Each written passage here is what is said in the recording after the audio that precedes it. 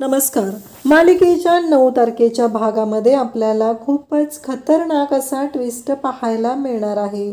खरं तर अद्वैत आणि सरोज यांचं बोलणं सुरू असतं आणि अद्वैत त्यावेळेस सरोज तिथे येते आणि अद्वैतला म्हणते की अद्वैत हा जो हार आहे ना, या संदर्भात मला तुझ्याशी बोलायचं आहे. तेव्हा अद्वैत म्हणतो हा आई बोल. आणि मग अद्वैतला इकडे सरोज सांगू लागते की मला ना हा जो हार आहे याच्या डिझाईनमध्ये काही चेंजेस करून हवे आहेत. हे ऐकल्यानंतर अद्वैत म्हणतो की हो चालेल. आणि त्या क्षणी अद्वैत तो हार जो आहे तो कलाच्या हातात देतो. आणि त्याचवेळी सरोज त्याला म्हणत असते की अद्वैत एक गोष्ट लक्षात ठेव, हा जो हार आहे तो खूप महागाचा आहे. त्याचबरोबर हा हाताळतानाही व्यवस्थित काळजी घेणं गरजेचं आहे.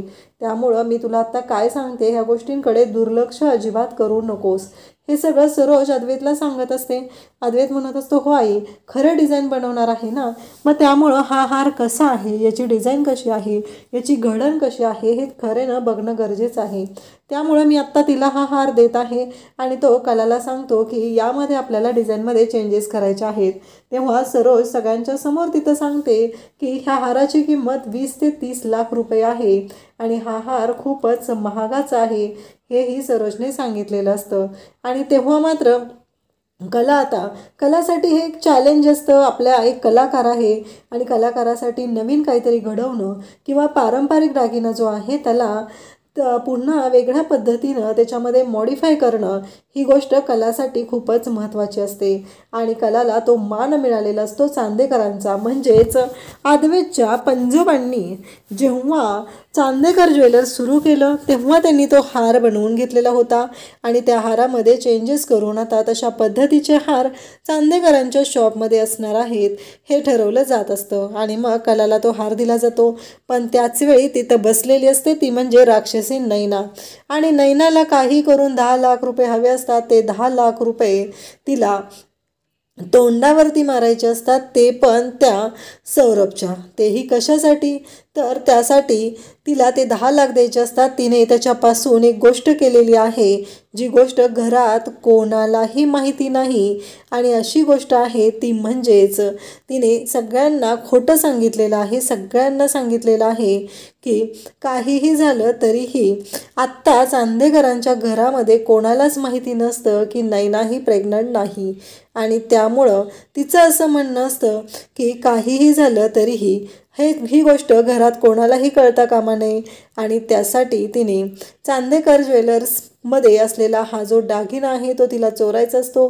कारण सौरभने तिला 10 लाख रुपये मागितलेले असतात. जर हिने ते 10 लाख रुपये सौरभला दिले नाही तर हिचे प्रेग्नन्सीचे रिपोर्ट, म्हणजे ही प्रेग्नंट नसल्याचे रिपोर्ट हे चांदेकरांच्या घरी येणार असतात. आणि तेव्हा मात्र सगळ्यांनाच खूप मोठा धक्का बसणार असतो. आणि नैना ही प्रेग्नंट नाही आहे. गेली 5 महिने झालं ती सगळ्यांना फसवत आहे, सगळ्यांना सांगत आहे की ती प्रेग्नंट आहे, पण ती प्रेग्नंट नाही. ही गोष्ट सगळ्यांच्या समोर येणार असते. त्यामुळं नैनाला काही करून तिला चांदेकरांच्या घरातून बाहेर पडायचं नाही, त्यासाठी तिनं हे रचलेलं नाटक असतं. आणि तिला काही करून ही गोष्ट लपवून ठेवायची असते, म्हणूनच तिनं हे सगळं कांड केलेलं असतं. आणि आता कलाच्या हातामध्ये तो हार दिला जातो. अद्वैत म्हणतो की खरे हा जो हार आहे तो सांभाळून ठेव, खूप मोलाचा आहे. त्याच्या किमतीपेक्षाही तो दागिना चांदेकरांसाठी खूपच मोलाचा आहे. आणि इकडे नैना मात्र मूर्ख नैना विचार करते. तो असा करते की काहीही झालं तरीही आत्ता जर का हा हार मी घेतला तर माझे बरेच प्रॉब्लेम सॉल्व्ह होणार आहेत. कारण हा जो हार आहे तो फक्त लाख मोलाचाच नाही, तर हा हार आता सध्या कलाला दिलेला आहे. आणि तो कलाकडून हार चोरीला गेला तर कलावरती आळ घेतला जाणार आहे आणि आपण शाबूत राहणार आहोत. इतक्या घाणेरड्या विचारांची असते ती म्हणजे नैना. तिला काही करून कलाला अडकवायचं असतं. आणि कलाला तो जो हार आहे तो चोरीला गेल्यानंतर कलाला पूर्णपणे अडकवायचा प्लॅन तिनं केलेला असतो. आणि म्हणूनच तिने तो हार चोरायचं ठरवते.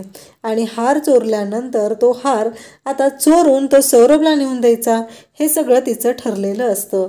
आता मात्र खूपच मोठी गोष्ट घडते. ती म्हणजे कला आता कपाटाकडे जाते आणि तो हार घेऊन आबांकडे तिला यायचं असतं. कारण जेव्हा सरोजने तो हार कलाला दिलेला असतो तेव्हा आबा तिथं नसतात. कला कपाटात शोधते, लॉकर उघडते, पण कपाटात काही तिला तो हार सापडत नाही. आणि तेव्हा मात्र इकडे कला येते आणि सांगते की हार तिथेच ठेवलेला होता, पण तो आत्ता हार तिथे नाही. हे ऐकल्यानंतर आबांनाही खूप मोठा धक्का बसतो आणि आबा म्हणतात की असा कसा, हार कुठं गायब झालेला आहे. तेव्हा कला म्हणते नाही माहिती मला. आणि तेव्हा मात्र तिथे आबा येतात आणि आबा म्हणू लागतात की मला ना कळतच नाही आहे. तेव्हा सरोज म्हणते की हिनेच लंपास केला असणार आहे तो हार, कारण ही कशी आहे ते आपल्याला चांगलंच माहिती आहे. म्हणजे नैनाने बरोबर डाव आखलेला असतो की कलाला अडकवण्यासाठी, आणि तिने ठरवलेलं असतं की हार आपण चोरायचा आणि ह्या हाराचं जे सगळं आहे कारस्थान करून हे सगळं कलावर येणार आणि कलाची मात्र या घरातून हकालपट्टी होणार. हा सगळा डाव नैनाने आखलेला असतो. पण नैनाला कुठं माहिती आहे की आता कलाच्या पाठीशी खंबीरपणे उभा आहे तो म्हणजे तिचा नवरा अद्वैत. या गोष्टीची नैनाला मात्र जराशीही जाणीव नसते आणि तिला जाणवतही नाही की ही गोष्ट जर अद्वैतला कळली तर अद्वैत कलावरती कधीच आळीव देणार नाही. ही गोष्ट मात्र नैनाला माहिती नसते आणि नैनाला असं वाटत असतं की आता कला पूर्णपणे अडकली जाणार. पण अद्वैत तिथं त्या क्षणी येतो आणि अद्वैत म्हणू लागतो की नाही आई, तू काहीही बोलू नकोस, कारण खरेने जरी हार तिच्याकडे घेतला असला तरीही मी सांगतोय माझा तिच्यावरती पूर्ण विश्वास आहे की हा हार खरेने गायब केलेला नाही. असं अद्वैत जेव्हा बोलतो आणि तेव्हा मात्र सरोजच्या पायाखालची जमीन सरकते आणि कलालाही खूप मोठा धक्का बसलेला असतो, कारण अद्वैतने तर कलाची साथ दिलेली असते. अद्वैतने कलाची बाजू घेत बोललेलं असतं आणि ह्या सगळ्या गोष्टी जेव्हा घडत असतात तेव्हा सरोजची मात्र वाट लागलेली असते. तेव्हा अद्वैतने आता कलाची साथ दिलेली असते. पण अद्वैत त्यानंतर कलाला म्हणतो की एक महत्त्वाची गोष्ट खरे करायची आहे आपल्याला, ती म्हणजे तो हार कुठे गेलेला आहे तो शोधून काढायचा आहे. परंतु इकडे कला म्हणते की हो, काही झालं तरी मला तो हार खूपच महत्त्वाचा आहे आणि ते शोधणं तेवढंच महत्त्वाचं आहे असं कला म्हणत असते. तर नैनाने तो हार चोरलेला असतो कलाच्या कपाटातून, पण अजूनही तो हार चांदेकरांच्याच घरी असतो. तिने अजून तो हार सौरभकडे पोहोचवलेला नसतो, कारण हार तात्ता जेव्हा आपण मोडायला जाईल तेव्हा नैनाला भीती वाटत असते की आपण त्यात पकडले जाऊ, म्हणून नैनाने अजून तो हार मोडायला घेऊन गेलेली नसते. आणि अद्वैत म्हणतो की आत्ताच्या आत्ता घरातील प्रत्येकाच्या खोलीची झडती होणार आहे, पोलीस येणार आहेत आणि प्रत्येकाच्या खोलीमध्ये ते तपासणार आहेत. तेव्हा मात्र सरोज म्हणते की हो, पण आधी जर ती घ्यायला सुरुवात करायची असेल तर अद्वैत तुझ्या राहुलच्या म्हणजे ह्या खऱ्यांच्या 2 मुली ज्या खोलीत राहतात त्या खोलीपासून सुरुवात करायची आहे. तेव्हा कला म्हणते काहीच हरकत नाही आहे. अद्वैत म्हणतो की हो चालेल आई, तू जसं म्हणते ना तसं चालेल असं अद्वैत म्हणतो. आणि अद्वैतचं म्हणणं असतं काही झालं तरीही आमच्या खोलीची पण झडती होऊ दे आणि राहुलच्या खोलीची पण होऊ दे. तेव्हा नैना म्हणू लागते की नाही, माझ्या खोलीची झडती घ्यायची नाही. आणि ती राहुलला म्हणते की राहुल, तुझ्या लक्षात येते का ती आपल्या खोलीची झडती घेणार आहेत. तेव्हा इकडे सरोज म्हणते की एक गोष्ट लक्षात ठेवायची आहे, ती म्हणजे काहीही झालं तरी सगळ्यांच्या खोलीची झडती होणार आहे, फक्त तुमच्या खोलीची नाही तर अद्वैतच्या खोलीचीही झडती होत आहे. आणि नेमकी रोहिणी मात्र घरी नसते. रोहिणी एका ट्रिपसाठी बाहेर गेलेली असते आणि त्यावेळेस हा सगळा गोंधळ झालेला असतो. आणि मग नैनाच्या रूममध्ये पोलीस जातात आणि त्यांना बरोबर तिथे तो हार एक बेडच्या खाली एक कोपरा असतो त्या कोपऱ्यात सापडतो. तिथे तो अगदी लपवून ठेवलेला असतो आणि पोलीस तो हार घेऊन बाहेर येतात.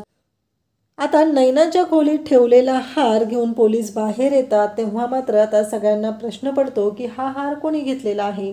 नेमका राहुल हा बाहेर गावावरून आलेला असतो, तो एका पार्टीसाठी गेलेला असतो आणि घरामध्ये असते ती म्हणजे नैना. त्यामुळं राहुल या सगळ्यातून वाचतो आणि नैनाने चोरी केलेली आहे, कारण राहुल तर पोलीस आल्यानंतर आलेला असतो आणि त्यामुळं राहुलने असं करणं शक्यच नाही, कारण तो घरातच नव्हता तर तो कसा चोरेल हा प्रश्न उभा राहतो. आणि मग पोलीस नैनाला घेऊन जातात. तेव्हा कलाला थोडंसं वाईट वाटत असतं, पण कला ठरवते की नाही, प्रत्येक वेळेस आपण नैनाला सांभाळून घेत आहोत पण तिने प्रत्येक वेळेस कांड करतच आहे. त्यामुळं काहीही झालं तरीही आत्ता कला म्हणते की तुझं कोणीही ऐकून घेणार नाही आणि कलाने स्वतः नैनाला आता जेलमध्ये पाठवलेलं असतं. अशाच अपडेटसाठी चॅनलला सबस्क्राईब करा. थँक्यू.